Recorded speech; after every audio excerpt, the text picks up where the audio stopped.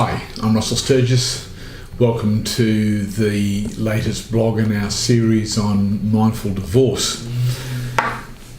This week I've decided to look at probably one of the more painful experiences that people have around divorce, which is infidelity, where there's been a compromise in the relationship based on extramarital sexual activity. But it's more than just that. It could also be states of the heart that are outside of the confines of relationship that are also really a form of infidelity, where maybe there's been no sexual engagement or encounter, but certainly there's a state of the heart encounter with people outside of the construct of marriage. Now, what I'm about is suggesting that it's possible to be able to maintain a sense of inner peace and to be able to relate to being in that situation in a way that is loving to you while being loving to other people, loving to your children, loving to your partner, but more importantly, loving to yourself. And the basis of this is found in the practice of being mindful. And so the blog that I've written, if you take an opportunity to read it, goes into a fair bit of detail about how it's possible to maintain mindfulness while you're in this situation of having been the raw situation of knowing that the person that you've been in love with, the person that you've committed to a relationship, has had an expression of a extramarital affair, whether it be sexual or otherwise. At the end of the day, first and foremost, the thing that I sort of touched on at the end of the last blog and that I've sort of re-engaged this time around is the whole notion that inner peace, like happiness, is a choice, not a consequence.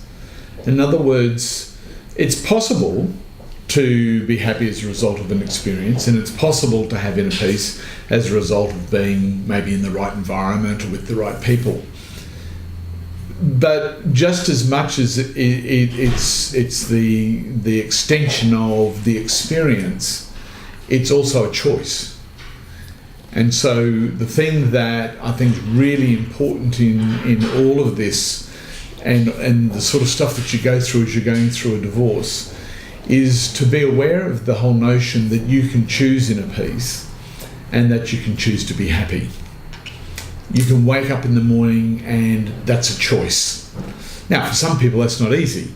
If you get to speak to somebody who has ADD, waking up in the morning and choosing to be happy is almost impossible. But unless there's something in terms of cognitive behaviour that's impacting, typically most of us have that ability to have that choice.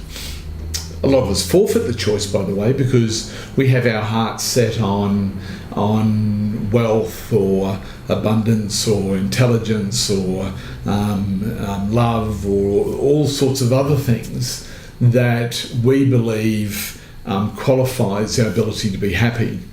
And so invariably many of us wake up not happy because we don't have the love we want, we don't have the wealth we have, we don't have the knowledge or the position that we want. So we buy into the belief that therefore we aren't entitled to being happy. I'd like to suggest to you that first and foremost, in order to be mindful in a divorce situation, you have to be clear about what it is that you want. And in order for you to practice being mindful, you have to decide that inner peace is a priority. So one of the first things that you've got to become clear about is what is it you value above everything else. Now next week, in our next blog, we're going to be talking about the childhood narrative that we all have that stops us choosing inner peace, and in fact is the basis of why we create so much of the pain that we experience, and I would suggest to you is probably the reason why you found yourself in this situation anyway. We're going to be looking at that in detail, but in the meantime I want to just be able to say that in order for you to practice being mindful, you have to choose inner peace, because you see, if you've decided that inner peace is what's important to you, then you're going to find a way to encounter and engage what's going on that's going to sustain that. Okay, so let's just talk about mindfulness. And I've touched on this before. I'm going to touch on it a million times before I'm done, because a lot of us just don't get this whole notion. And mindfulness is remembering in any situation that you have a choice. A choice to either continue to get what you've been getting, or the choice to be able to get what's more loving and more serving. And mindfulness is the recollection. It isn't making the choice, it's remembering in each moment that you've got that choice to go down one path or the other. Now, the one that isn't a familiar path with you, you're going to be reluctant to go down there because you're not fully au fait with the whole idea of how being more aware of something and being mindful is able to change reality. And that's such a new concept to so many of us now that we haven't got faith in the ability for that to happen. So we keep on choosing going down the path that we've regularly gone down before, and of course that's resulted in the same arguments and the same pain, the same joy that's short-lived, and all the things that we typically experience when we're coming from our old programmed patterns of behaviour. Another way, what they're now referring to, programmed patterns of behaviour, is neural pathways. So every time that you take the opportunity to, first of all, identify that there's an alternative that's more loving to you and to other people, which is different to what it is that you've been doing, every time you remember that you have a choice, you actually feed the thoughtfulness, the mindfulness of that other choice, that awareness, and it's that constant remembering of that alternative awareness that begins to develop a new neural pathway. And as that particular neural pathway becomes stronger and stronger because you keep on remembering that you have the choice, what happens is you find that your habitual patterns of relationship begin to change, and you start to shift in the way in which you turn up in relationship as a result of that. And as you continue to practice more and more mindfulness around the alternative, a funny thing happens. One day, it's nearly like the alternative says, hey, you can do this. And the evidence that it's right to do it is that it takes no effort to do it, because you've already programmed the mind in the way in which that can actually be engaged, that can actually be carried out. And so without an effort, you just sort of, it's like if you're marching and you're marching out of tune, you sort of skip to shift your rhythm of your walk, and next thing you're walking supposedly to the beat of a different drum, and the next thing you find yourself very easily walking down this new neural pathway. So the neural pathway that I'm suggesting to you is one where you get to have a look at who you are as you turn up in this relationship, what it is that you're bringing to the trade agreement, and what you've withdrawn as it relates to the trade agreement, which often is associated with our old neural pathways. And in the blog I explore this whole notion that we have the capacity to keep on being aware of the fact that there's an alternative way of dealing with this stuff. There's another way that we can engage these things, and that other way is more peace-centered, that the other way is based on forgiveness. And remember, right at the beginning of this, I said about having inner peace as a priority, is the thing that you value. And one of the areas of study that I've done over many years, of Course in Miracles, has a very interesting statement where it says if peace is your priority, then forgiveness is your only function. And it defines forgiveness as selective remembering.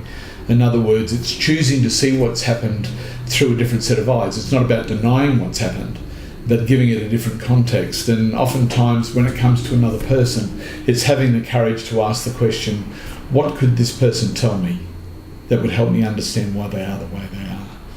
So what it's doing is replacing judgment, which is the old pattern, and the anger and the associated frustration that goes with that, with holding the question of, maybe there's a call for help here that I haven't heard, that I don't quite understand. And maybe I can choose to relate to this differently based on the fact that I can choose to see it differently and understand the whole notion that when somebody's behaving badly, in fact, oftentimes it's a call for help. And it's certainly not loving. And based, once again, in the attitudinal healing work I do, people only come from two motives. They're either extending love or giving a call for help. So if somebody's behaviour isn't an extension of love, then it's a call for help. And to maintain your peace, it's about being able to identify and listen for that and to be able to respond to that. If not face-to-face and personally, then certainly within your own psyche, within your own consciousness. Please take a moment to read the blog. It's a couple of pages, a bit longer than normal, but I think you're going to find some interesting perspectives there. And I don't expect you to agree with what I've said, but I'd like you to at least entertain it and hold the possibility and become aware that there is an alternative to how you do things. Next week, we're going to be having a look at how your story out of your formative years, out of your childhood, has set you up for a lot of the patterns that cause much of your suffering in your relationship as an adult. Anyway, if you want to know more about EAP, go to our website, eapmentor.com. Lots of really great stuff there and great resource material. And if you want to have a daily dose of practicing being mindful and aware, go to @EAPmentor on Facebook. So it's @the A in the circle, EAP Mentor. If you go to the search section and write that in, you'll find our Facebook page, and every day we have something there about living life with awareness and mindfulness. Anyway, thank you for taking the time to listen, and we'll speak to you next time. Bye.